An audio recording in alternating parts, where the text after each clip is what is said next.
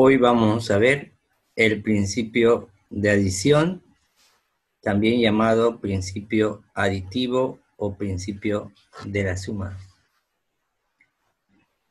Nos dice si A y B son dos conjuntos disjuntos, es decir, que no tienen intersección entre ellos, están separados, con P o más Q elementos respectivamente. P sería elementos de A y Q elementos de B.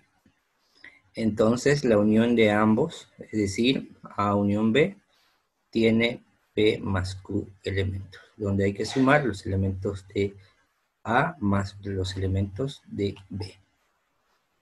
Dicho de otra manera, si un suceso A ocurre de P formas distintas y un suceso B ocurre de Q formas distintas, entonces las formas que ocurran uno u otro suceso es P más Q formas distintas. Y es una adición, una suma, por eso se llama el principio de la adición. Tenemos un ejemplo donde vamos a aplicar el principio multiplicativo y también el principio de la adición. Nos dice cuántos números de 4 cifras distintas, esto es importante, cifras distintas, que sean múltiplos de 5 se pueden formar con los dígitos 0, 1, 2, 3, 4 y 5. Anotamos 4 espacios porque tienen que ser números de 4 cifras.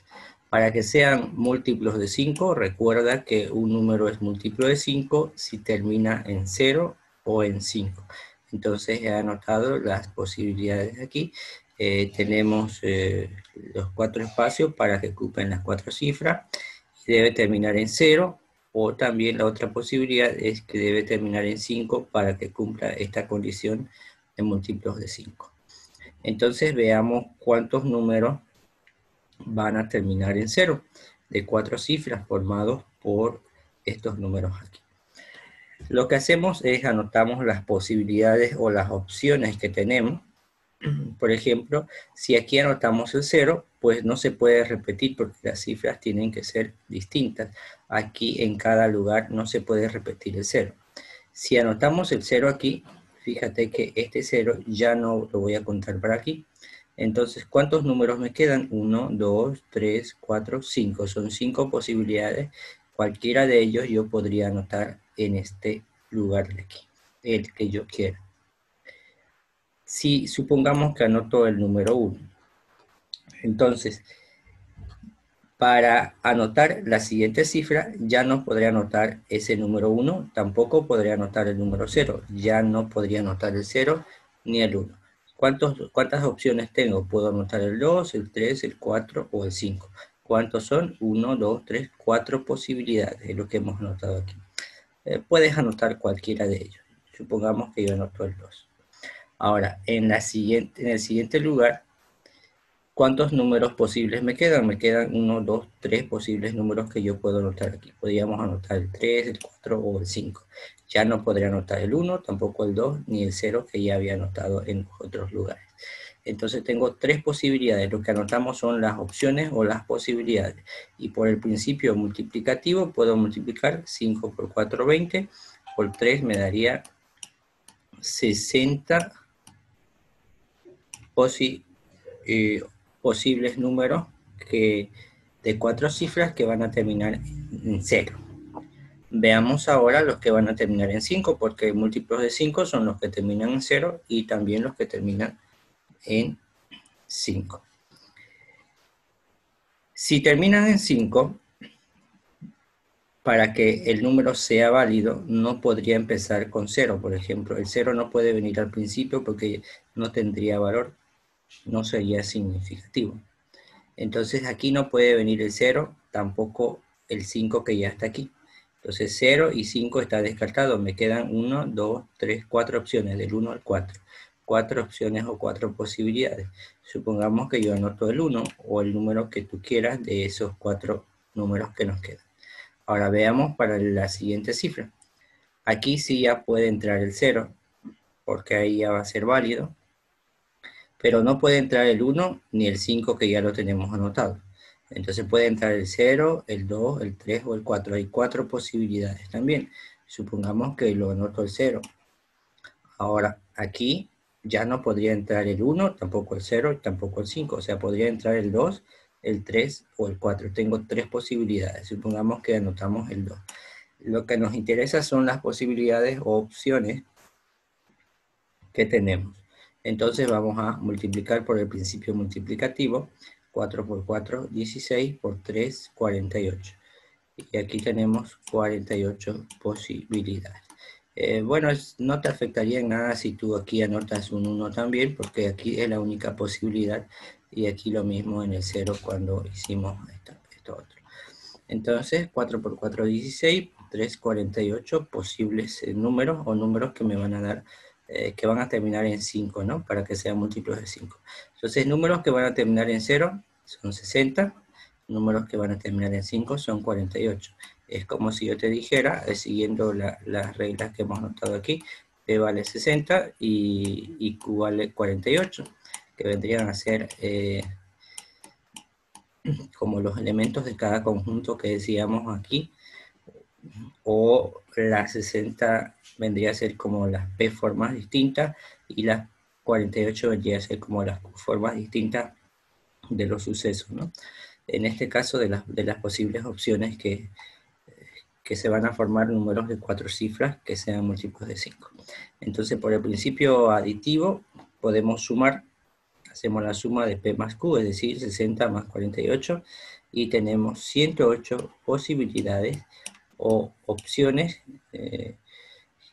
para que sean números de 4 cifras distintas, pero que sean múltiplos de 5. Van a haber 108 números. Posibilidades o números, puedes anotarlo aquí. Vamos a ver otro ejemplo. Veamos entonces este otro ejemplo. Dice, una persona puede viajar de Santa Cruz a La Paz en flota y avión. Hay 3 rutas para flota y 5 rutas para avión. En forma directa podríamos hacerlo así. P vale 3, o sea, son las posibilidades o los elementos para viajar en flota. Hay 3 rutas. Ahora, para viajar en avión, tengo 5 rutas, me dice. Es como si me estuviera diciendo Q, utilizando las letras que habíamos anotado anteriormente, Q es igual a 5. Y por el principio aditivo, pues voy a sumar P más Q, que vendrían a ser las maneras en las que puede hacer el viaje. Considerando que P es 3 y Q es 5, ¿no? Entonces, ¿cuánto me da eso? Nos da 8. Hay 8 maneras que puede realizar el viaje. Porque si la persona está viajando en flota, obviamente ya no va a estar en avión, ¿no? Si está tomando una ruta, ya no va a poder estar en otra ruta al mismo tiempo. Simplemente era el principio de suma. Para complementar y tomarlo en cuenta en algunos problemas, voy a mencionarlo simplemente algunas estrategias de conteo que se deben tener en cuenta para normalmente en los problemas analizarlo de una mejor manera. ¿Cuáles son esas estrategias de conteo? En el análisis combinatorio, el conteo, recordemos, es fundamental.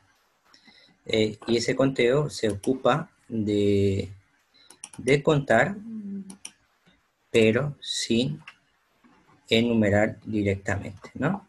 Sin poder enumerar directamente.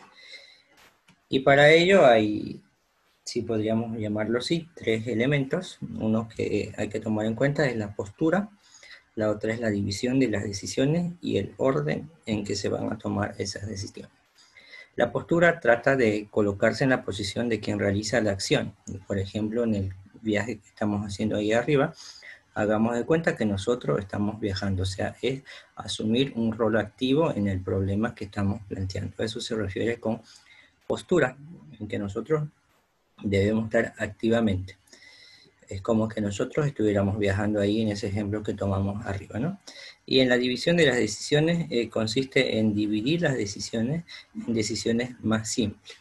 Es como analizar el problema, las decisiones complejas que podrían haber, en partes que van a ser las decisiones más simples posibles, ¿no? Siempre y cuando sea posible.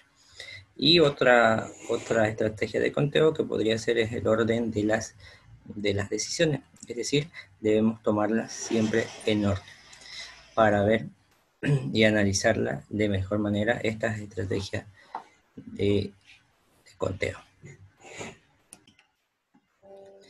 Pues no te olvides compartirlo el video.